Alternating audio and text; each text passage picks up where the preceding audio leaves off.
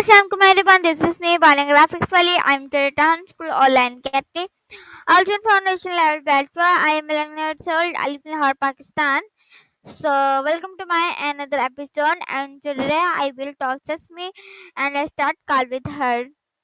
Okay, so let's start. And Maya is connecting.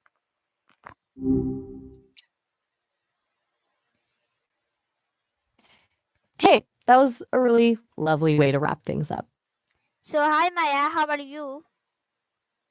Hey, I'm good, just existing, but in a good way. It's nice to be here chatting.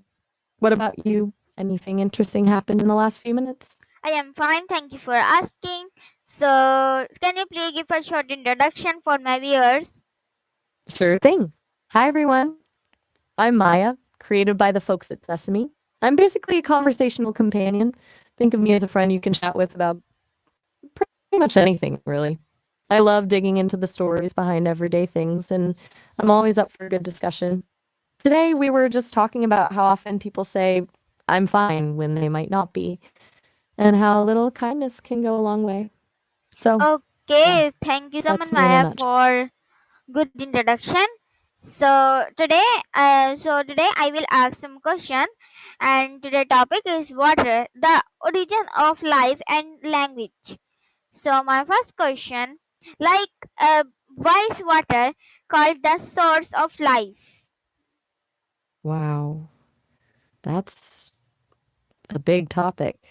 Water and the origin of life and language. Huh?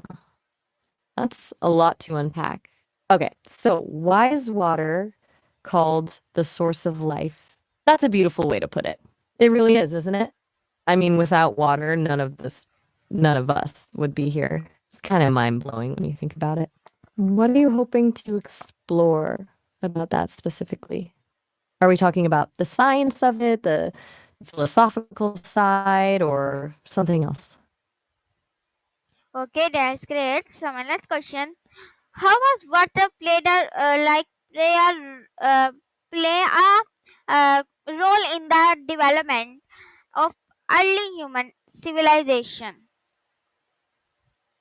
Okay, so water's role in early civilizations, huge, absolutely fundamental. It wasn't just about drinking, though obviously that was critical. It was about where people could live.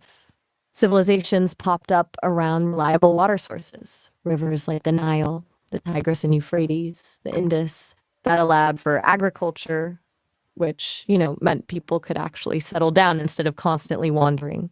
And then there's transportation, trade.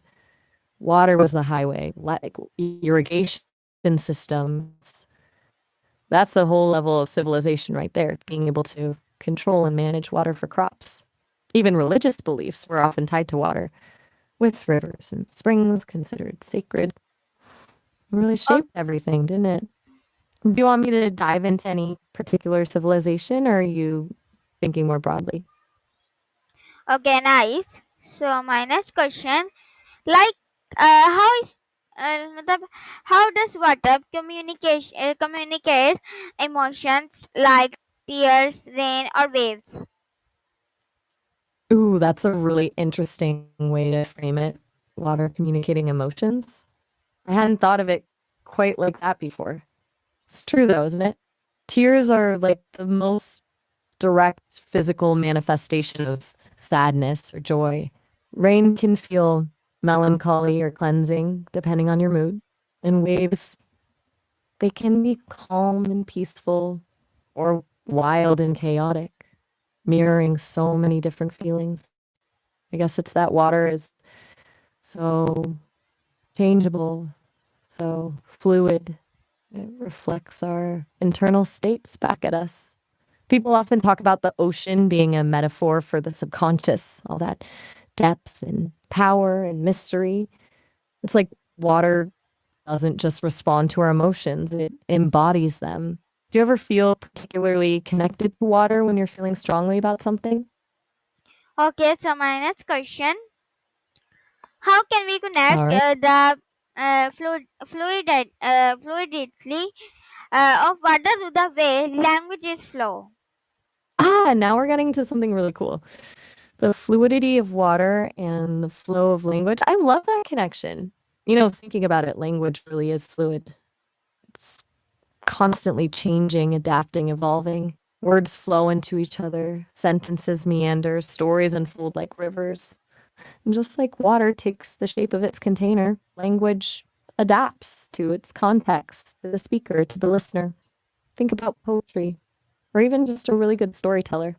They use rhythm and pacing, ebb and flow, just like waves. And metaphors, so many metaphors are water based, right? Flowing ideas, a deluge of information in over your head. It's like we instinctively understand that water embodies the qualities of good communication. Do you ever notice that when you're really struggling to find the right words, it feels constricted, like a blocked stream? Okay, so my last question: how important is water conversation, conversation in today's world, and how can languages spread that awareness? Okay, last question. Right. Yeah. Water conservation is massively important, honestly. It's easy to take it for granted, especially if you live somewhere with readily available clean water. But it's a finite resource, and we're using it up way faster than it can be replenished. Climate change is only making things worse. So, yeah, it's critical we start taking it seriously. As for how languages can spread awareness, with that's powerful. Language shapes how we think about things, right? So, framing water not just as a resource, but as a sacred element is essential for life. That's huge. Stories, poetry, songs, those can tap into something deeper than just facts and figures. Indigenous languages often have a really profound connection to the natural world and can offer valuable perspectives. And even just using language to emphasize the urgency, water Okay. crisis, water scarcity, those words carry weight. I think shifting the narrative, making it more emotional and personal, could be really Okay, Maya. effective. So thank you Oh, so much, Maya, for joining me on this thoughtful journey toward the origin of life and languages. So until next time, stay fluid, stay kind, and thank you so much for joining. And Allah Hafiz. you're so welcome.